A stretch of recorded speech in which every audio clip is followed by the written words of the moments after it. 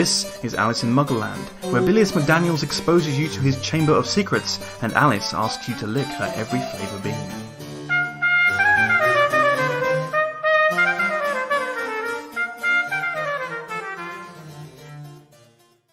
Well, after a long, hard slog, finally, the podcast of Alice in Muggleland is back in action. You know, it's interesting that you put it that way, Billius, because for me, the last few weeks have been anything but long or hard or a slog. It was like having a great weight lifted off of me, not having to come here and talk to you every week. Okay, friends, that means no more podcasts. All right, bye. Oh, fine. If we must, we must. Well, we basically skipped our own holidays because we had our holidays with our loved ones, me and my 13 brothers and sisters, you and your family and your favorite quaffle chucker. So, Yep. so how was your holiday? I'm sorry, quaffle chucker? Quaffle chucker. What's a quaffle chucker? Someone that chucks the quaffle. What's a quaffle? Didn't you remember anything from book one? I don't remember quaffle. The quaffle that the chasers throw and pass to each other? Oh God, it's Quidditch. I hate that game. Ugh. No wonder. Blocked it out. Well, anyway, I'm glad that you have loved ones. I spent the holiday alone with my cats. It was glorious. So your loved ones. Yes, I guess. If you want to put it that way. Yes, it was lovely. It was a nice break, and I'm actually glad to be back. But I'm a little surprised to hear that wizards have the same holidays as muggles. Is that true? Well, yes, and we do have the same holidays. We also have our own holidays, just like there's holidays that we don't celebrate that muggles celebrate. For example, for the wizarding world, while we might join in muggle festivities, we don't really do much on the 4th of July because most of the wizards in the United States, well, we were wizards way before the War of Independence and everything was going through beforehand. Plus, the fact that, well, there's a lot of wizarding history that this is not the wizarding history podcast. um, but But it could be. And then you wouldn't even need me here you would anymore. you would be bored. That's why you wouldn't need me. And you'd be like, yes, Billius, stop talking, please. So, in the first book, when you had references to the holidays, that wasn't just put in there for the readers to have something that they could relate to. It really was wizards celebrate those holidays too. Yes. Good to know. Wizards celebrate those holidays too. And when you have a family as large as mine, you have a lot of dragons to spend on family members. All right. So now that we're both broke because of our own various expenditures of life, we are not broken wits and learning, as we will now be moving into Chapter 3, The Burrow. Way back when we last left off in chapter 2, Dobby the elf had showed up and wreaked havoc in the Dursleys' household. Turned out that Dobby was the reason that Harry wasn't getting any of the communications from Ron or Hermione or anyone else, and Harry was getting in trouble with the Ministry of Magic for having used magic when it was really not him. We left off at sort of a low point for our hero, Mr. Potter. And at the last part of Chapter 2, Harry was having an awful dream only to wake up to see Ron's face in the window. And that's where we left off. Right. And lo and behold, it is not a vision or a continuation of his dream. It actually is Ron, and he is in the back seat of a flying turquoise car. Now, I'm very curious about the like the actual car, because it would make perfect sense to me if cars that have fins, like from the 1950s, fly better than cars that don't. But it doesn't go any further to describe the car, except that it's flying, it's hovering in midair, or it's parked in midair, and it's turquoise. Well, yes, that So is basically an old. we don't know It what the was maker model is. later on it's explained as a Ford Anglia. Oh, very nice. Um, Okay. Ron is not alone. He's not the one driving the car, because in the front seat are his older brothers, Fred and George. and this is I think is the Turn first time you really see the Weasley twins at work, so to speak. Yes, and isn't it delightful? Because these two have got, they know what the rules are, and they have got their ways around them. So in this case, as we've established in the previous chapter, Hogwarts students are not allowed to use magic when they're not at school. But the Weasleys are not using magic. This is not a car that they enchanted to fly. It is just an enchanted car that Yep. they borrowed from their father. And by borrowed, I mean took without his knowledge at all, but that's neither here nor there. It's not their magic that's making this car fly. So this is totally, cool under the Hogwarts Well, rules. not the Good Hogwarts to know. rules. It's a law, a wizarded law.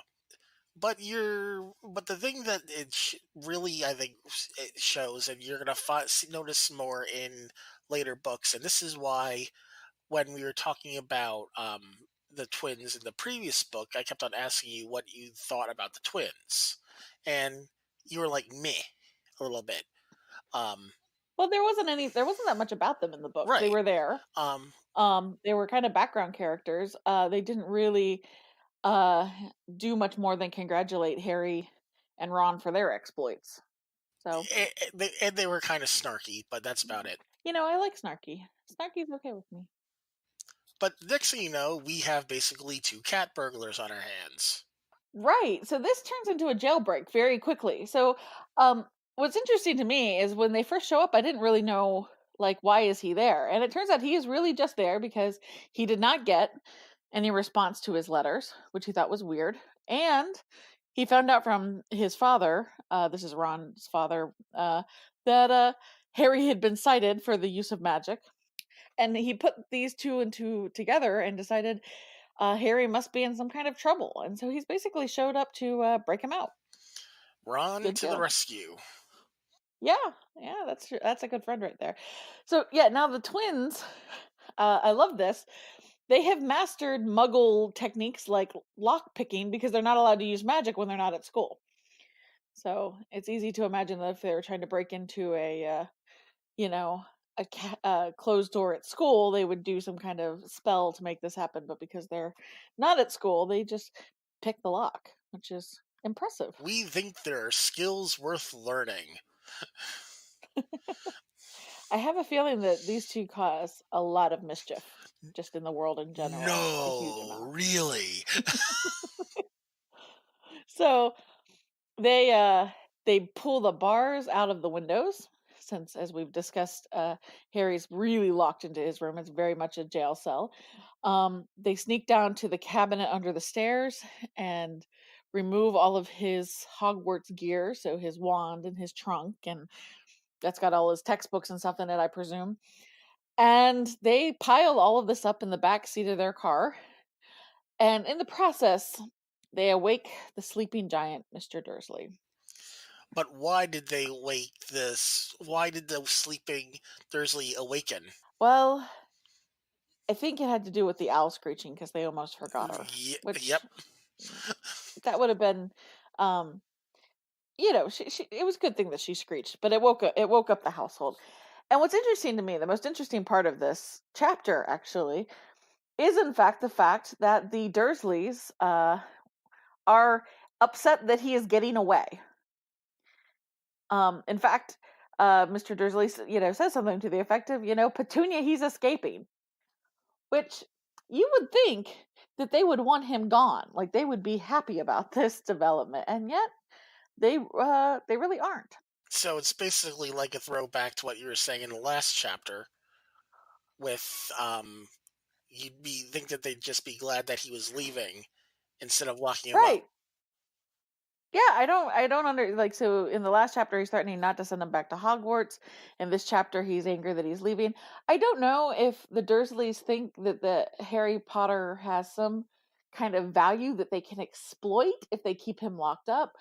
Or if they're really just that vindictive, but we're starting to see the side of them that is more of, instead of just sort of befuddled and overwhelmed muggles who don't understand this person that's living with them and don't like him because of it, to sort of real villainous behavior where You they know, are you, wanting to, they're wanting to inhibit his ability to be all he can be in life just because they can. So yeah, they're starting to become real villains in the story, as opposed to people who you don't like because of their attitudes and the way they act, but there is some sort of understandable, we fear the things that we don't understand, and we hate the things we fear, and that's why the Dursleys hate Harry Potter. In this and you would case, and you would think that they're after just last year, when they got tracked down by a very tall bearded man, that don't you think that someone that is scary wasn't going to show up? They're lucky that they got like three kids showing up. that's actually a really good point. I think the Dursleys are maybe not that bright. They haven't figured out. They haven't realized. They haven't put all of these pieces together, which is that whatever fate awaits Harry Potter is going to happen no matter who or what tries to control that, and they have not accepted It that. would be a very Um, short series of documents otherwise. so, we'll see if they ever come around to embrace the fact that Harry is going to do what Harry is meant to do, or if they are going to fight it to the very end. At this point, I'm voting on they're going to fight it to the very end, which should lead to entertainment and future stories. All right, so they escape. Hedwig finally gets to They stretch her escape. wings. Yeah, she's been locked in a cage all summer. How terrible for her.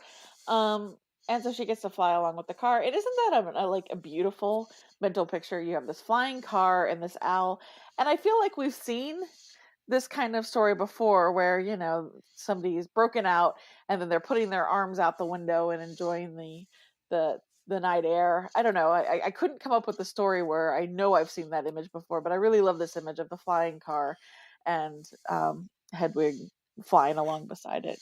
It's very cool. Well, Harry goes through and gives Fred, George, and Ron the rundown. Yeah, he fills him in on the whole Dobby thing, and the immediate suspicion has fallen that this is somehow related to Malfoy. So that's not shocking. Um, Man, for Apparently, this summer, Harry's thought about Malfoy a lot. yeah. Which I thought was kind of interesting. So that he thought that, considering how bad his cousin is. So Malfoy, one of the reasons they're suspecting him is because apparently house elves are a feature of big, expensive properties, and so you would need to live in a palace or a manor house or something that had a lot of old money behind it to get a house elf. Right. Is that accurate? Well, there's been major reforms in the various governments about that, but basically, house elves like to be in areas where they have a lot of work to do. Still prefer to be under a master, and usually large manor houses always have something to do. This isn't. You're not going to go through and find a house elf to clean your dirty apartment, because your dirty apartment will get cleaned up in about 5 minutes with a house elf, and then the house elf is going to be bored because there's not enough work. So what you're saying is I need to borrow a house elf. You would have to find a wizard who would be willing to order their house elf to go clean your apartment. Do you have a house elf, I will not allow a house elf to go clean your apartment. please? No, Never really liked you. that's what you get for your comments on Quidditch. Great. Like Quidditch or have a dirty apartment. I guess I'm gonna have a dirty apartment. Well, speaking of dirty apartments and cleaning and all that type of thing, they land at the Burrow. which is a really interesting sounding building. He describes it as looking like a stone pig pen that's been added onto over and over again until it was about 4 or 5 stories high, And looks like it was standing up via magic. which it probably is. Yeah, so this is this is quite something. So I'm not really clear on how many siblings Ron has, but it's a bunch. So we have the 4 brothers, I guess, that are all older, and then there's a younger one that we get introduced to in this book, Ginny. Are there any others? Is that Five all of them? brothers. 5 brothers. All You right. have So there's a lot of you guys children. remember when Ron met Harry on the bus, he uh Harry said, "I wish I had 4 older wizarding brothers," and he went he said 3 older wizarding brothers, and he's like, 5. uh, because Yeah. you got Fred, So, George, and Percy and then you right. have Charlie and Bill. Oh, there's a Bill. Yes, Huh. there's Well, he sounds like he's no good. he Bill Um, is the curse breaker for Gringotts, and Charlie is studying dragons in Romania. right. And Percy's the prefect. Yep, And you have the twins, and then Ginny is the that's youngest, correct. right? Have we got Yep, that? Okay. So you have 13 brothers and sisters. We have this Weasley family. So what's the story about wizards and contraception? Are you guys Catholic? Alice. When a wizard and a witch really truly love each other, um, Oh God, they have so much magic that another being appears. And really? my mom and dad love each other a lot. Yeah, well, I knew that because you have so many brothers and sisters. Okay, well, I think I don't want to know any more It, about it, this. it, Let's get back to the story. they are very magical people. Let's just put it that way. Wow, I I regret everything. Okay, so they show up at the burrow. They're discussing how they're going to sneak into the house without the mother, Mrs. Weasley, finding out that they've been out with the car because, of course, they didn't have permission. Let's just pause And right here about this. Doesn't this sound like every single conversation as a child where you're like, "Oh, this is totally gonna trick your parent." Oh, Harry just turned up y- in the middle of the night. yeah, I love that part of the plan. The plan is to go into the house, sneak to their rooms, come down as if to eat breakfast, and then just be like, "Oh yeah, Harry Potter showed up overnight." Yeah, it's definitely it was never going to work. It was never a good plan. But the fact is, they are just totally busted before they even get out of the car. They did not leave a note, which I don't know if that would have really made her less angry, but yeah, they were gone. She was worried. They didn't leave a note. They could have died in a car crash. They could have been seen. You know, it could have been seen. It was a cloudy night, though. They tell her that. It Um, was yeah, cloudy. They it's were starving him. right. Yeah, they're just kind of throwing everything out there, trying to. And what's great about this, because I think a lot of us have been in this position, and it's a really awkward position to be in, is that Mrs. Weasley is totally cool with Harry being there, totally not mad at him at all, wants to make sure he has breakfast, also wants to chew out her boys, like, completely and thoroughly. So, Yeah, she's chewing at her boys. Meanwhile, she's making sure that Harry is overloaded with food. Oh, here's 4 eggs. yeah, Here, here's more toast. right. Yeah, so, like, I mean, that feeling of being, like, your friend's parents' favorite, yeah, that's a weird place to be. That's where Harry finds himself now, in this complete opposite situation from his home with the Dursleys. Here he is like a cherished member of the household. They're glad to see him. They're so happy he's there, even though by getting there he has gotten, the 3 Weasleys in trouble. And So it's even pretty even funny. Molly said that they were him and her and Arthur were gonna go get him if they didn't respond. He didn't respond to Ron. Yeah, so I thought this was interesting. Like, the he had people who were looking out for him, even though while he was feeling all alone, and I love that kind of it's just kind of a throwaway line, but it's like, we were gonna go get you if we didn't hear from you by Friday, and um I kind of would have loved to have Imagine watched that confrontation imagine what between would have them and the happened. Yeah, Dursleys. I mean, Molly showing up and finding out Yeah, because what they did to Harry, there would not be any Dursleys.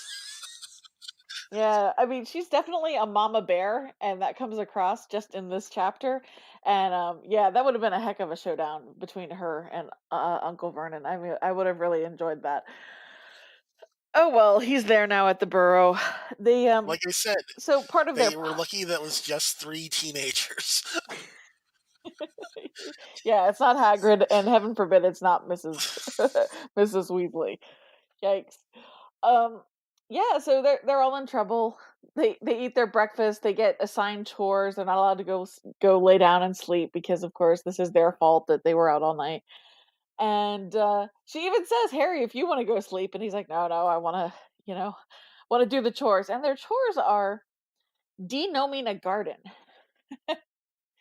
So Yep. yeah, when I think garden gnomes, I think little, you know, like little uh cherubic dwarves with little pointed hats that hang out in gardens, but apparently that is not what garden gnomes are for wizards. Yeah, that's exactly what garden gnomes are for wizards. The cherubic little faces with the No, what hats. they described in the book. Oh, because in the book they describe them as like potato headed, which by the way is going to be my new favorite like insult, a potato head. So basically he describes this thing. It has sharp little, sharp little hands and feet, a sharp mouth, like sharp teeth, because one of them bites Harry, which is I mean, that's got to be a bad kind of a bite to get. I feel like that would definitely get an infection, and a head that looks like a potato, like yikes. And they live underground too. These gnomes, they live in Yep. holes. I don't know. So these are disturbing. And they the way they get rid of them is they like wave them around in a circle until they're dizzy, and then they throw them as far as they can so that they can't find their way back to their hole. Yep. Yikes. Which kind of sounds like fun until you read the description that there's just dozens of them, and they come out of the ground to see what's happening when their compatriots start getting thrown across the fence. So yeah, that was interesting. Yeah. So garden gnomes, that's a different Well, thing. we missed one little thing. Ginny does show up briefly in this chapter. She does. Well, we mentioned that she shows up. She shows up at breakfast, um, and she shows up later, and she apparently has a real thing for Harry Potter and is going to want to get his autograph, etc., according to her brothers. But she hasn't actually said anything to him yet. So I guess she's a little shy or starstruck or something. So Ginny is in this chapter. She is not out there with the gnomes because Because she's good and she yeah. doesn't leave the house with her brothers in the middle of the night. Back to differences between the Muggle world and the Wizarding world. Um, Mr. Weasley's job sounds really interesting to me, and I would like to talk about that. Okay. So, Mr. Weasley's job is he is part of the Ministry for Muggle Artifacts. So, why don't you define what a Muggle artifact is for me, and then I have follow up All right. A questions. flying car. Okay, well that's an example, but what is a Muggle artifact? Is it anything that's Muggle made that's been enchanted? Pretty much, yes. Anything that's muggle made that's been enchanted. There are things that are wizard made that have enchantments on it that usually do not leave a wizard, period. Like, while some wizards may don muggle clothes, wizard robes aren't something that you're going to be able to go into your nearest costume shop and get proper wizard robes. No matter what people think that the type of robes wizards actually wear. Um, we do have wizard craftsmen and things like that that go through and do that set things up. Now, as much as we could go through and make things appear out of thin air, those things will disappear. So, Oh, yes, will they? so uh, So if you need something to last a lifetime, you actually buy have it to craft it. or make it So yourself. like the wands at the wand shop, those are wizard Right. made. You have to go get the trees, you have to go get the ingredients, you got to put together. But this at the same time, it's like the same But thing as like, say say that you and I went to a park somewhere or something like that, and there was no benches. I could go through and have a bench appear out of thin air to sit on, but that bench will disappear when we're done using it. oh, okay. Um, That's interesting. And could be yeah, useful. it's useful. Like it's useful to go through and get things that are needed, like briefly, but it's not as good. It's not Hmm. as good as a genuine article. So things like that is perfectly fine. Um, but there's things that are literally muggle made that you have to go through and enchant to get done. Um, However, people do go through and enchant muggle artifacts, just like the example that they talked about in the car, because they really talked about this in the car mostly, about the woman that had the teapot, the witch that had a teapot, and it went berserk on the muggles when they bought it. Right, yeah. So not everything that was owned by a wizard or witch would be enchanted, but you can actually do something to a muggle made item to enchant it, Exactly. right? So, Okay. um, it, pe- so basically, wizards have their own things to go through and make sure that they're properly enchanted, to make sure that they're not going to go berserk, to make sure that muggles can't activate them if they're in case they fall in the wrong hands. A lot of people self enchant, which can go through and cause issues, so to speak. Right. Interesting. So his job is basically to go around and find these items, and quarantine them and undo the damage they've done if That they may they've done cause. damage. All right. Well, I think that's an interesting job. So, But of course, the kids find it boring because it's muggle stuff. so what is your favorite muggle artifact? You know, I've been a wizard for so long, I really don't think of it that way, because generally anything that it would be quote unquote muggle artifact, it's so either ingrained in wizard society that it's not even really muggle made. It's just like muggle fashion, so to speak. For example, the broomstick. The broomstick, yes. But okay, so but do you personally own, like, I don't know, a tea set that you enchanted that you No, that's particularly against the like? law. Just do you have a favorite? No, that's What? against the law. Oh, so you're not allowed to do this. You're not allowed to get something that's muggle made and turn it That's the point of the into law. an enchanted thing. I see. Wow. Like there, Yeah. because it's like with a tea set, for example. You could do things with a tea set without having to enchant it, so to speak. I could get a tea kettle, all right? I could put water Mhm. in it, and then I could magically have the water boil without having to have a magically water boiling kettle. But Okay. some people, but a lot of the enchanted objects like that, it's like wizards trying to have shortcuts so they don't have to do the magic. And that makes you lazy because you wind up Huh. losing control of the magic, because most people that go through enchant things don't actually know what they're doing. Um, a good example that could cause issues if done improperly: trunks, like the wizarding trunks that they talk about in the book. Um, Uh-huh. Many trunks like that are magically made to expand, so you put a lot more in it.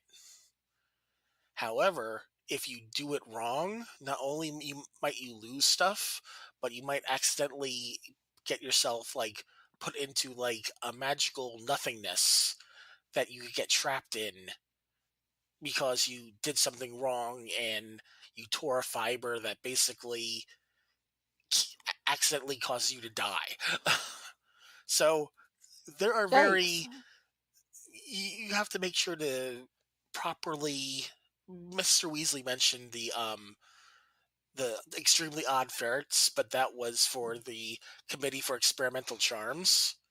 When you're creating something like this, you have to register like all the steps to make sure that it's not going to blow up in people's face. So there's like Hmm. government oversight on this type of thing. Wow, who knew magic could be so boring? Okay. Um moving on. No no secret muggle artifacts that you have and I'm like and I love. have books. I have my broomstick. I'm pretty much fine. Uh-huh. So no little dolls that look an awful lot like me that you occasionally stick pins into, No, right? I leave that for my friends in the Wizards from Louisiana. Fair enough. Okay. All right. Moving on. So Mr. Weasley gets home Also, after they're that's a done with the break of denouement. magical law, using that as a type of torture. I'm really relieved to hear that because you're very law abiding. So Mr. Weasley gets back, and he is clearly more interested in whether or not the car flew appropriately than the fact that the boys took the car without asking. So that's pretty funny. Um, Mrs. Weasley is still pretty bit out of shape about it. So as the two of them start to engage on the topic, Ron takes that opportunity to spirit Harry away to his room to show him his room. But I want to bring up one point about the argument. It shows how in depth Mr. Weasley is when it comes down to the Ministry, that he's writing the loopholes so he can exploit them. Oh, that's true. He did. He wrote the loophole that he was able to enchant the car to fly as long as he didn't intend to fly it, which he didn't. His boys did. Yeah, that was a great. That's a great bit there that he he enforces these rules, but he's clearly clearly means for them to be followed by other people. And as Ron has said, he if they had raided his if he raided his own house, he'd have to arrest himself. Yes. So Ron and Harry dash up to Ron's room, which is on the top floor, and they pass Ginny again, who's still not talking to Harry and still kind of starstruck. So, um, I'm not sure how old she is, but she's younger than them by like 1 or 2 years. Or they get up to Ron's room. It is all orange because of his favorite Quidditch team, of course. But he does have something that I'm very interested in that they only mentioned very briefly, which is a self-shuffling deck of playing cards because that would be great. I would love to get my hands on some of those. So, do you think No, instead of a house elf, you could get no, some no. just one? I already sent you a mug. I Well, already sent you a pack of non-exploding Muggle playing cards. What else do you expect? and they're great, but they don't shuffle themselves and they don't explode. Really, they're just playing cards. On that note, that's all I got for this chapter. Um, Looking forward to digging into the Well, next one. just to say, Harry said. Notice, I just want to point out one thing about the little near the end with that. Ron is worried because Harry's room, which is the smallest bedroom, may be actually bigger than Ron's room. And Ron seems like worried that Harry is worried about the size of his room. When Harry's like, Right. "This is the best house I've ever been in." Yeah, isn't that a Mhm. great moment? And Ron's ears turn pink. He's so pleased to hear this. Um, yeah, that's an awesome moment between the All two of right, them. so favorite character, who is it? Oh yeah, this is actually really tough because early on in the chapter, even at the end of the last chapter, I would have said, well, hands down, it's got to be Ron because he showed up in Harry's time of need and he's a really good friend. He did this on his own initiative, and that's still all true. I think he's amazing in this chapter. But I also gotta say, I really love Mrs. Weasley. She is great. So, I'm gonna give it to Ron because I think that's just an amazing act of friendship. He trusts Harry enough to know that if he's not getting responses and he's using magic, then something must be wrong, and so he goes to help without really knowing what he and his brothers are getting into. Um, yeah, very very cool. Ron is my favorite character. All right, yeah, because I had mentioned at the last chapter, this is literally the Burrow where they really introduce the Weasleys. I mean, you knew about Mrs. Weasley because of the platform 9 3/4 and the conversation outside. Right. But this really, to me, introduces the family and what they would go through to help somebody out. Um, this chapter is my favorite chapter in all the books. Really? That's great. I mean, I could have used friends that could have whisked me away from having to deal with 13 brothers and sisters, but no, I had responsibilities. But no, seriously, I think that I think one of the reasons why this series goes through and resonates with many the muggles that read it is because sometimes you do feel trapped, and the idea of friendship that could go through and take you away from your issues helps out, and it's why it's important to Yeah, have isn't that those a cool idea? connections. Absolutely. All right, now I'm going to get off my soapbox, and so far I'm going to get off my soapbox. Is there anything else that you want to comment on in regards to this chapter? No, I think we covered it. Unfortunately, due to our long absence, um, many of the questions that were sent have been cleaned up by the magical maintenance department and trashed. So we need questions. We don't expect you to have questions by next week, but we do want questions. So I don't have to go through and ask questions that horrify Alice, even though Alice truly appreciates all the questions that I'm able to gather on my own. Right. So you could ask us those questions or any comment. We want to get any type of feedback from our listeners. Thank you, Finland. um, and you can go to our Facebook. That's at www.facebook.com/Alice in Muggleland. On Twitter at A in Muggleland. We also have an email address that you could reach us. That is AliceandMugglelandPodcast@gmail.com. Um, to be quite honest, we are a little bit more active on the Facebook because it's just easier to post everything there.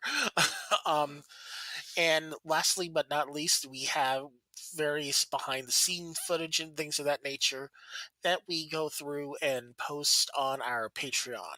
That's www.patreon.com/Vicarious Muggleland. So, this is the first chapter we've done after our hiatus. How do you feel about the chapter so far, Alice? I think it was a pretty good one. All right. So tune in next week when we go through and review chapter 4, Flourish and Bots. Nox.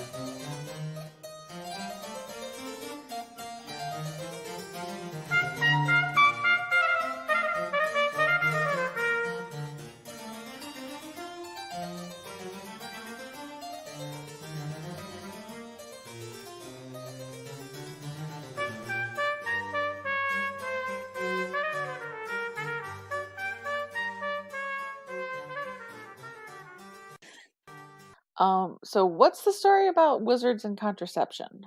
Are you guys Catholic? No. All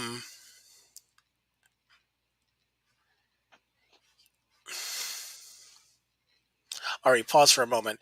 Everything I'm coming up with, Billius wouldn't. We can cut No, this no, no, out. no, no, no, no, no. It's a good thing, but basically the things that I'm thinking about is like the very rare times when China allows people to have more than one child to like replenish the population. Um, Yikes. all right, 3, 2,